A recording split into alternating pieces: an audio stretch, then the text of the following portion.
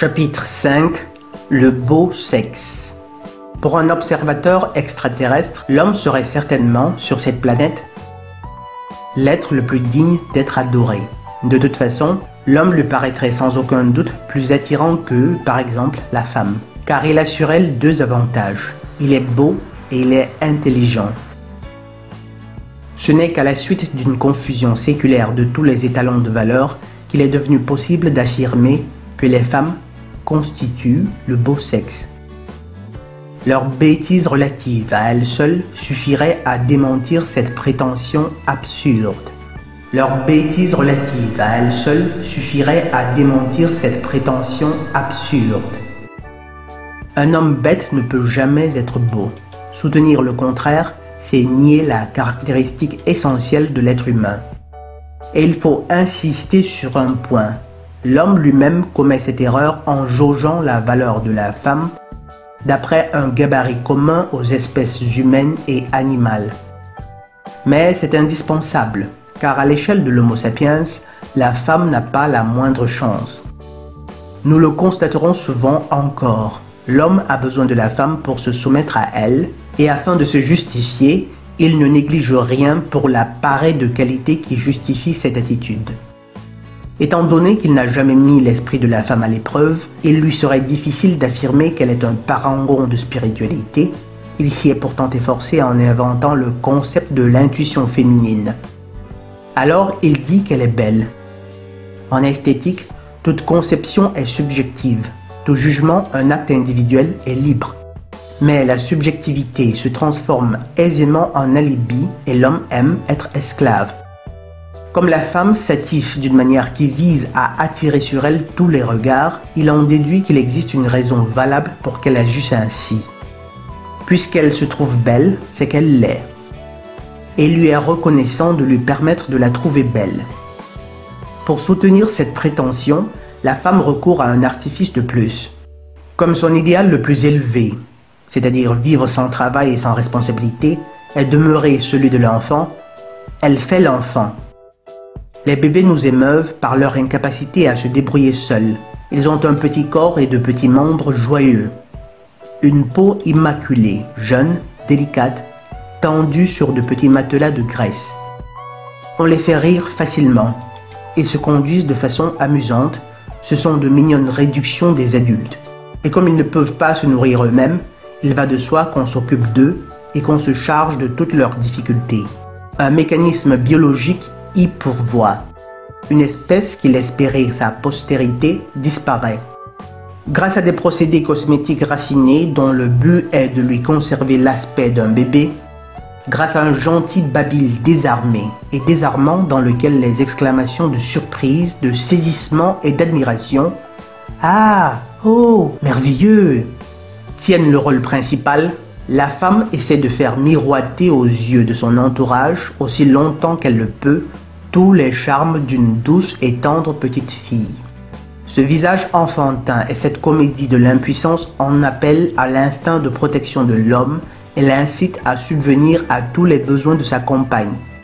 Ce calcul, comme tout ce qu'entreprend la femme, est si bête et si mesquin que sa réussite tient presque au prodige. En effet, en vulgarisant partout, comme idéal de la beauté féminine, le baby look, elle se retrouve, au plus tard à 25 ans, au fond de l'impasse qu'elle a elle-même créée. On a beau lire textuellement dans les publications féminines que la femme peut et doit remédier aux rides que provoquent chez elle les réflexions et le rire, tous les artifices de l'art cosmétique ne peuvent empêcher son visage de devenir, à cet âge, celui d'un être adulte.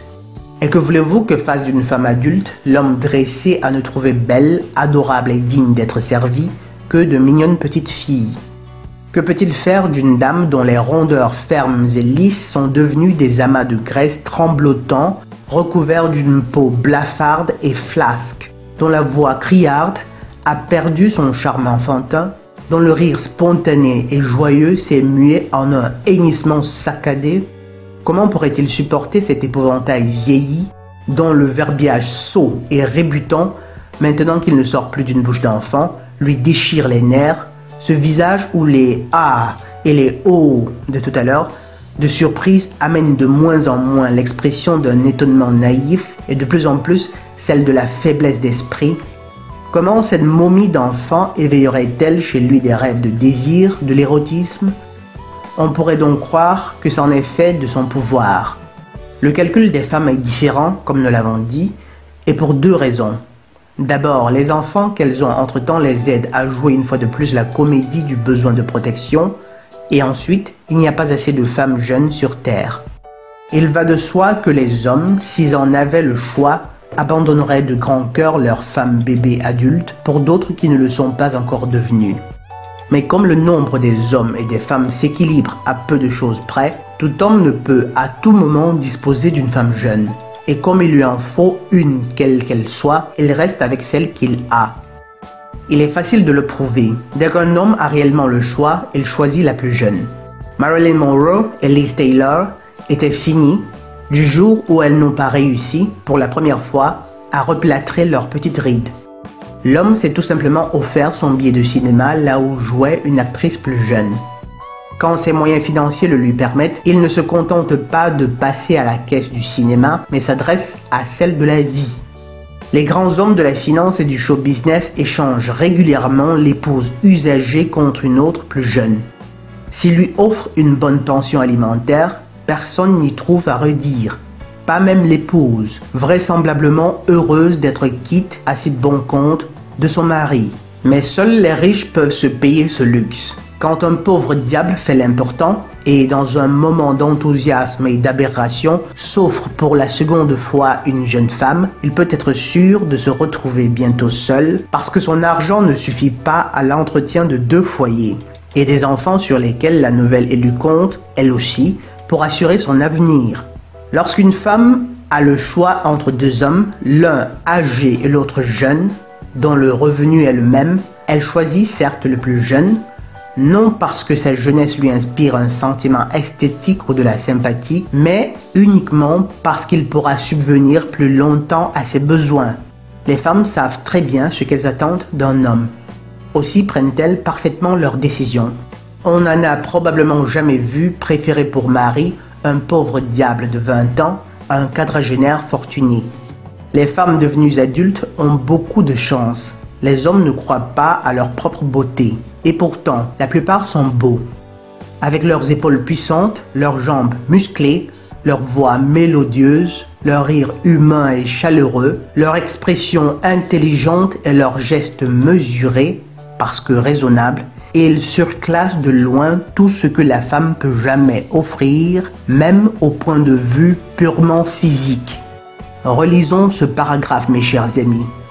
Vous les hommes qui doutez de votre beauté, vous les hommes à qui on a enseigné à croire que vous ne valiez rien, écoutez bien ceci.